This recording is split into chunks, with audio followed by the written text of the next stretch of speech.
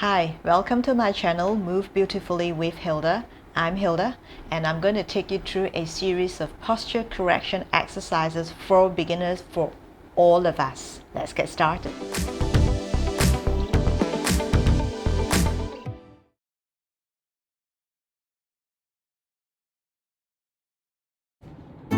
Let's get started.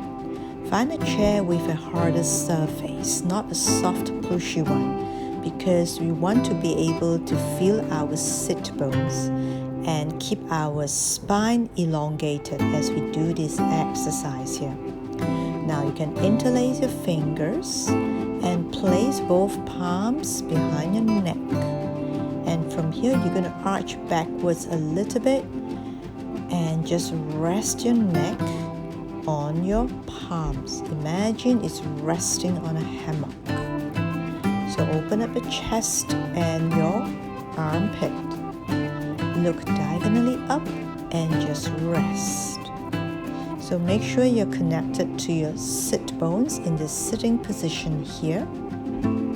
You can close your eyes, and as you do that, feel the front of your neck kind of opening, connecting to your chest.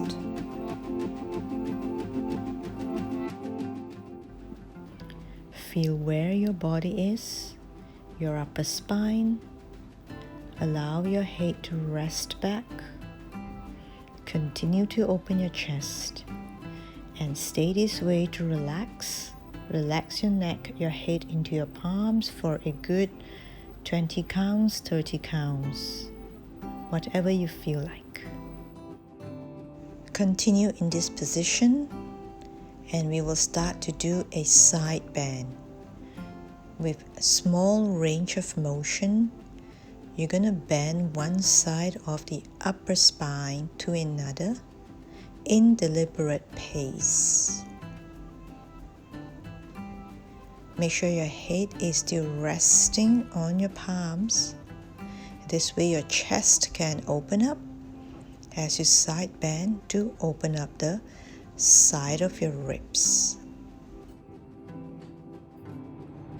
As you bend from one side to another, make sure your sit bones are firmly rooted on the chair.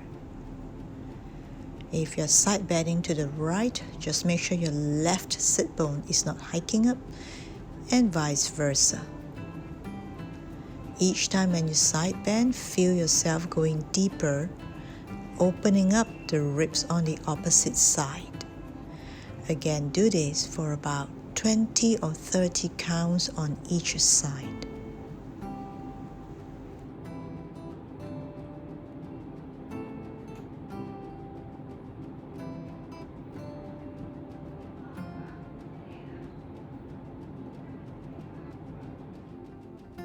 In the next exercise, you're going to raise your arms up into an L position.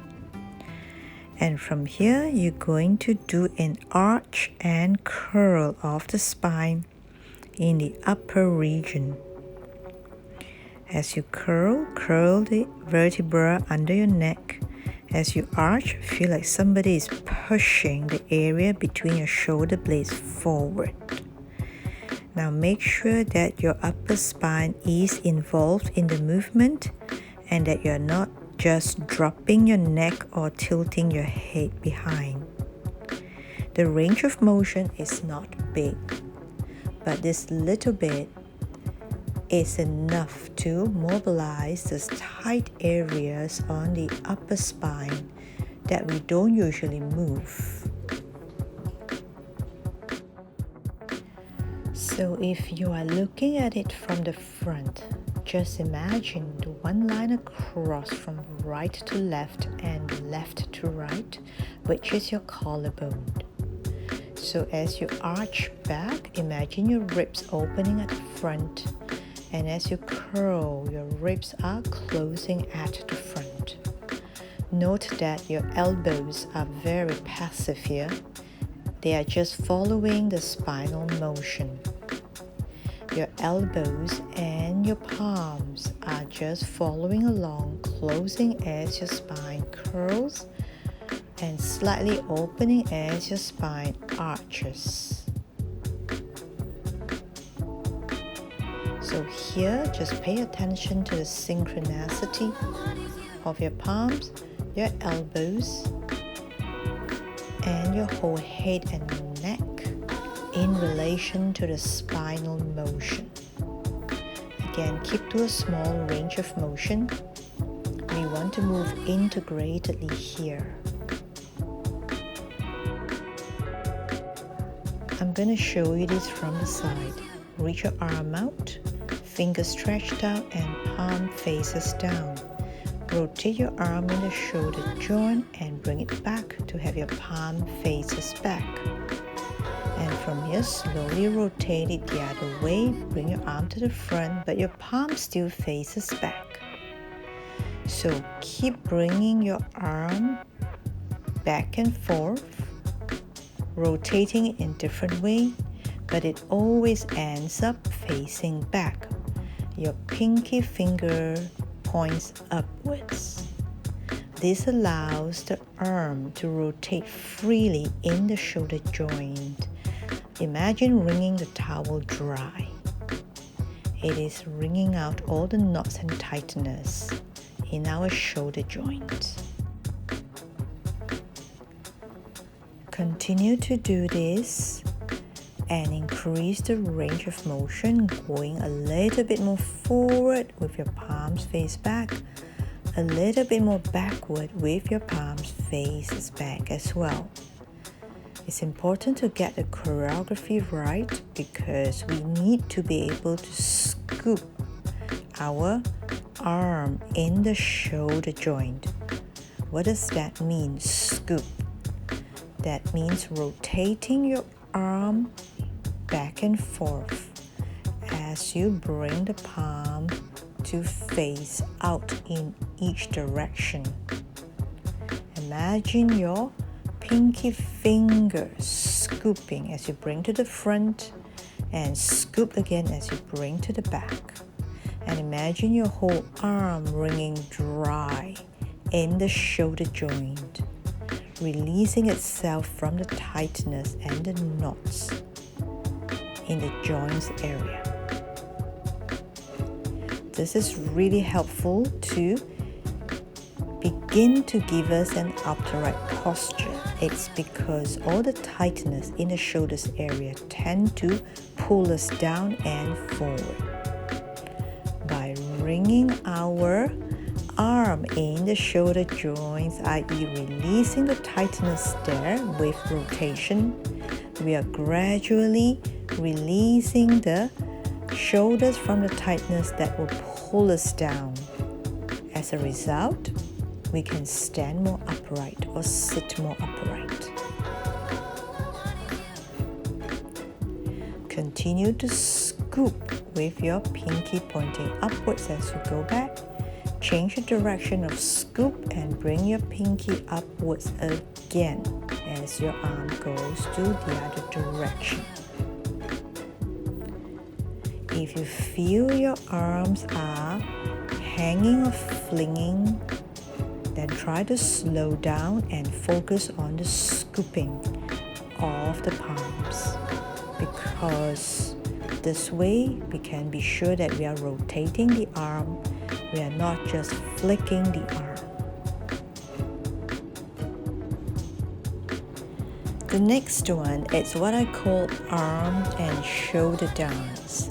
You probably don't need much guidance or verbal explanation. Just follow the movement. Bend your elbows, palms face in, push out, palms face out. The only thing I need to remind you is as both palms push out, make sure your elbows are really straight to get the most out of the elongation. Enjoy and keep moving. You can do this for a long time. It may not look like much, but trust me, it does a whole lot of good for your posture. As you're doing that, make sure you're standing upright. Your chest is open. And just keep moving. As you straighten the elbow to push the palms out, really feel like you're pushing against an imaginary wall. Follow your own rhythm, your own pace, and just keep feeling your arms in relation to your shoulders. There's a lot happening here. Your shoulders are involved as it's rotating. Your arms are finding its length. And you're connecting your arms to your shoulders to your chest.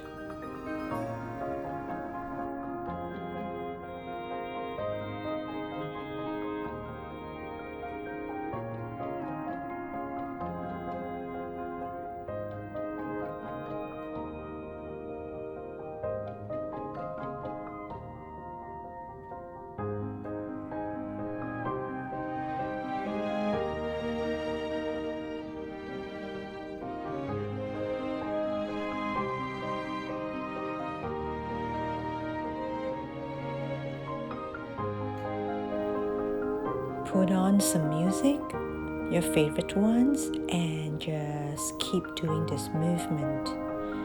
There is symmetry, there is structural integration, yet the more you do, the more you get into the flow. After you have done sufficient number of times, now stretch your arms out, elbows straight, pushing through the base of your palm. Stand up straight here and really feel your elongation on the horizontal side of your body, from end to end of your palm, from one side to another, and slowly bring it down.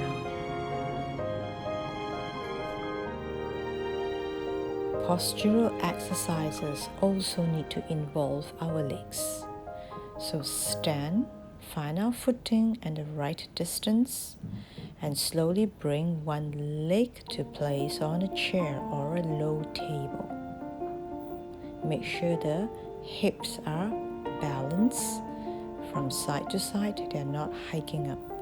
The pelvis is square.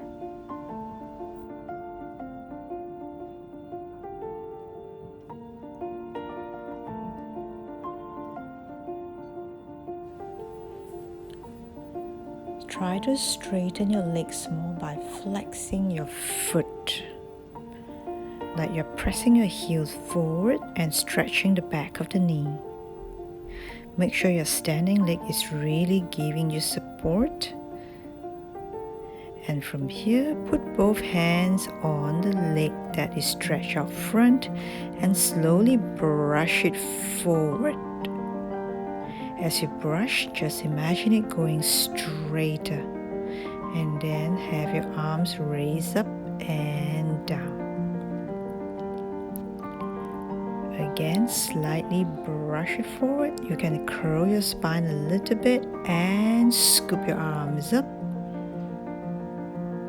and bring it down. Again, straighten your leg out, scoop your arms up, arms face to the ceiling, and slowly press it down. So as you do this action of bringing your arms up, just make sure both sides of your body are all equally elongated.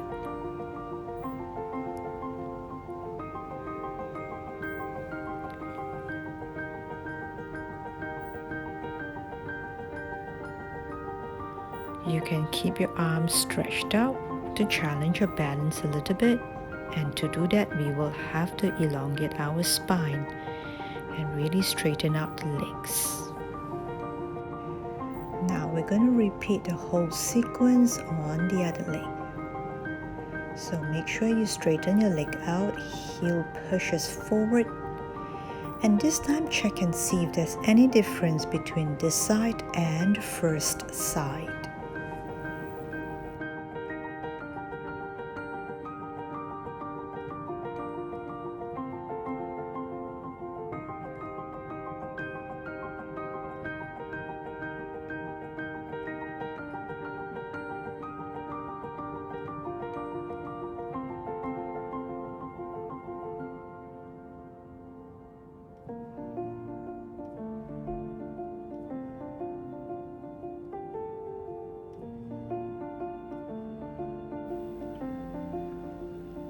as you put your hands along the sides of your leg and scoop your arms up.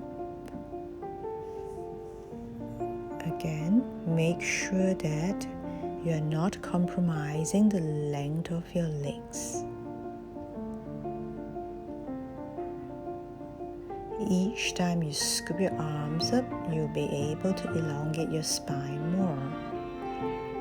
Keep pushing the heel forward.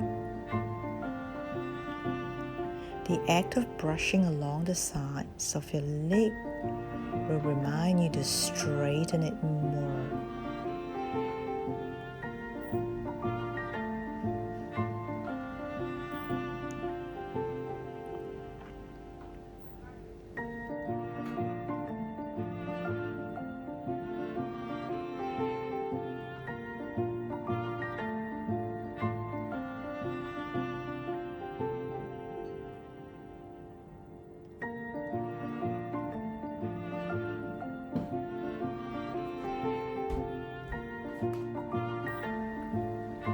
Here's just one thing to be really mindful of is that as you flex your foot, have a feeling of your heel pushing forward, and this is what it's like.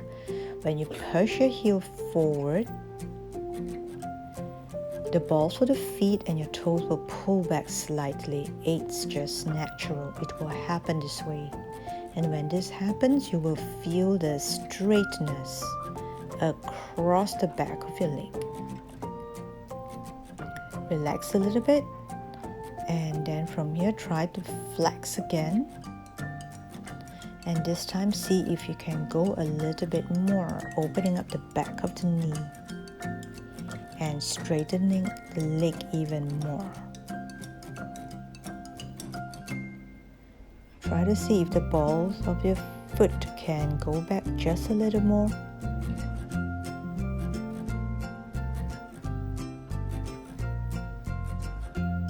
Enjoy the elongation of your leg.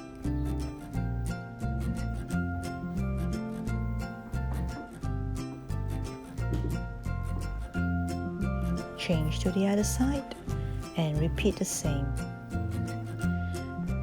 Always try to feel for the difference between both sides and observe it. Which side feels longer, shorter, easier, or slightly more constrained? It tells us a lot about where our body is, and it's important to take note.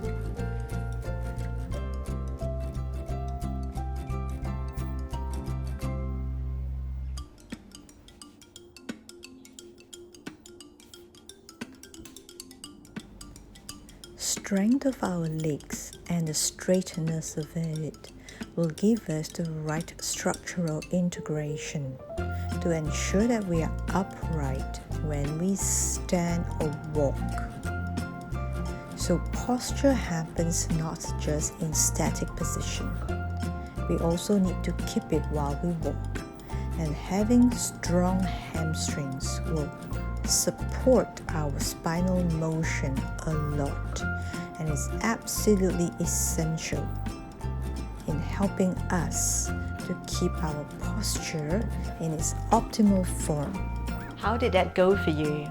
I certainly enjoyed it. You know why? Because while we are correcting our posture, we are also actually elongating our spine, releasing the tightness in our neck and shoulders, as well as strengthening our legs.